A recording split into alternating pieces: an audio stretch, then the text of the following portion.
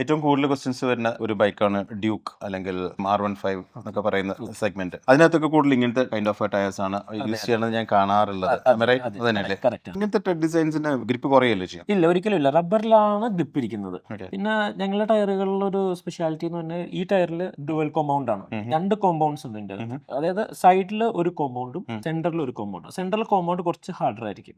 Normally ഗ്രിപ്പിന് അതായത് rolling resistance കുറച്ച് maximum സ്പീഡിൽ പോകാൻ വേണ്ടി. സൈഡിൽ കുറച്ച് സോഫ്റ്റ് കോമ്പൗണ്ട് ആയിരിക്കും. ടേൺ ചെയ്യുമ്പോൾ അപ്പോൾ നമ്മൾ ടേൺ ചെയ്യുമ്പോൾ നല്ല ഗ്രിപ്പിങ്ങും വീഴാതിരിക്കാനും ഇമ്പോർട്ടന്റ് ആണ് ഈ സൈഡിലെ ഈ സോഫ്റ്റ് കോമ്പൗണ്ട് വരിക. അത് ഭയങ്കര ഇമ്പോർട്ടന്റ് ആയിട്ടുള്ള സാധനം. നമ്മുടെ കാർ ടയറിൽ ഇല്ലാത്തൊരു സംഭവമാട്ടത്. കാരണം കാർ ടയറിൽ നമ്മൾ ടേൺ ചെയ്യുമ്പോൾ 4 വീലും കൂടിയാണ് ടേൺ. അവിടെ നമ്മൾ വീഴുന്ന പ്രശ്നങ്ങളൊന്നും അവിടെ വരുന്നില്ല.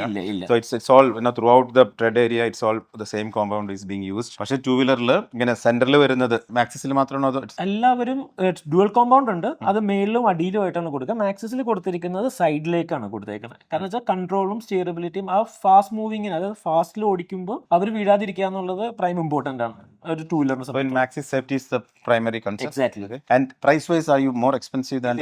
ബഡ്ജറ്റ് ഫ്രണ്ട്ലി ആണ്.